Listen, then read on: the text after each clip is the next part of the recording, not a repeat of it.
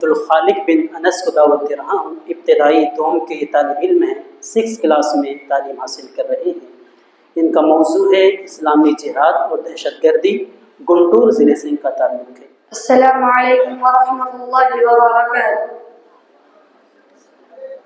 الحمد للہ رب العالمین والصلاة والسلام على رسوله الكريم وعلى آله وصحبه أجمعين، أما بعد، فأعوذ بالله من الشيطان الرجيم، بسم الله الرحمن الرحيم۔ من قتل نفسا بغير نفس أو فساد في الأرض فكأنما قتل الناس جميعا۔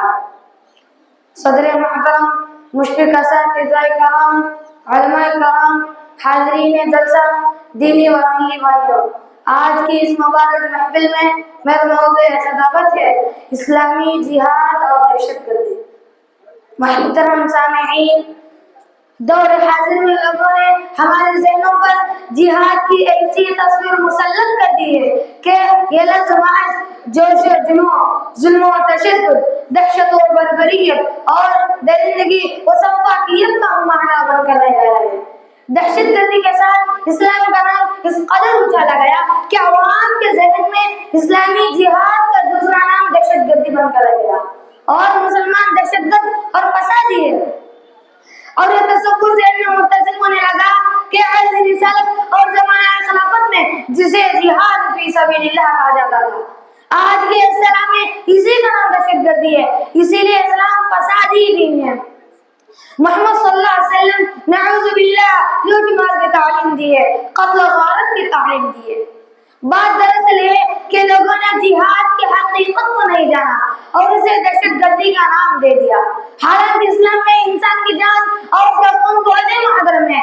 یہی وجہ ہے کہ فطر و فساد کی بنا پر کسی ایک نفس کے قتل کو اسلام میں پوری انسانیت کا قتل مانتا ہے، اور یہ اصول جاری کرتا ہے من قتل نفسا بغیر نفس او فساد فی الارض فکأنما قتل الناس جميعا، اور بار بار اس بات کی تاکید کرتا ہے لا تقتلوا النفس التي حرم الله الا بالحق۔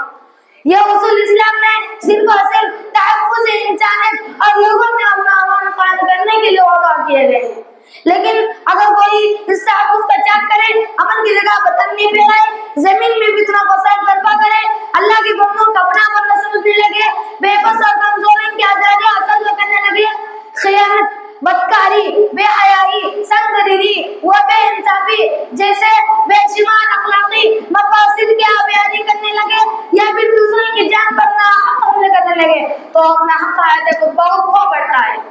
اور الفتنہ اشد من القتل کے تحت حفاظت امن کے لیے اس فتنے کا خاتمہ کر دینا ہی واحد علاج بتاتا ہے۔ حضرات گرامی، جب جسم کے اندر کوئی پوڑا نکلا ہے جس میں زہریلا و فاسد مادہ بن گیا ہو، یا جسم کا کوئی عضو سڑنے لگے، تو عقل والا شخص اس کے اثر سے باقی جسم کو ہلاکت سے بچانے کے لیے اسے کاٹ کر پھینک دینا ضروری سمجھتا ہے۔ ٹھیک اسی طرح انسانیت کے جسم کے پوڑے ہیں جن کے اثر سے پوری انسانیت کو بچانے کے لیے اسلام اپنی فطروں کو زمین سے زوال کرنے کا حکم دیتا ہے۔ یہ ہے جہاد کے اصل غرض غایت کے انسانیت کا تحفظ ہو، شر و فساد کا خاتمہ ہو۔ اسلام کا مقصد دہشت گردی نہیں بلکہ تحفظ انسانیت ہے۔ اس لیے اس کے ایسے اصول و قوانین بنائے جنہیں دیکھ کر ہر صاحب علم و بصیرت یہ فیصلہ کر سکتا ہے کہ دہشت گردی سے اس کا دور دور تک کوئی واسطہ نہیں ہے۔ چنانچہ سب سے پہلے دعوت و تبلیغ اور عافیت کا راستہ اختیار کیا گیا، انکار کے صورت میں صلح و عاشی کا پیغام دیا گیا، اور مسلمانوں کو حکم دیا اگر وہ مقابلہ نہیں کرنا چاہتے، صلح و مصالحت کا راضی ہے تو انہیں قتل کرنے کا کوئی حق نہیں ہے، اور اگر اپنے بنا دوسرا کسی پر مسلح لڑائی پر آمادہ ہو جائے تو ایسے لوگوں سے جہاد کرنے کا حکم دیا گیا ہے۔ لیکن جو غیر اہل ہیں جنہیں قتل نہ کرنے کی سختی سے تاکید کر دی اور فرمایا لا تقتلوا شيخا ضانيا ولا طفلا صغيرا ولا امرأة ولا تغلوا ودموا غنائمكم واصلحوا واحسنوا ان الله يحب المحسنين۔ آپ سختی سے تاکید کرتے تھے کہ کسی بڑے بچے اور عورت کو قتل نہ کرنا، کسی کے مال کو خیانت کر کے اپنی غنیمت میں نہ شامل کرنا، بلکہ اصلاح اور احسان کا راستہ اختیار کرنا، کیونکہ اللہ تعالیٰ احسان کرنے والوں سے محبت رکھتا ہے۔ حضرات گرامی، اسلام نے تمام وحشیانہ افعال سے منع کر دیا ہے. مثلا اسیران جنگ و سفراء کا قتل، مجرمین جنگ کا قتل، آبا کے قتل و غریب، مردوں کی بے حرمتی، آدھی زنی، لوٹ مار، فصلوں اور بستیوں کی تخریب، ان تمام کاموں سے منع کر دیا ہے. گویا کہ اسلام نے دہشت گردی کے جڑوں کو اکھاڑ پھینکا ہے.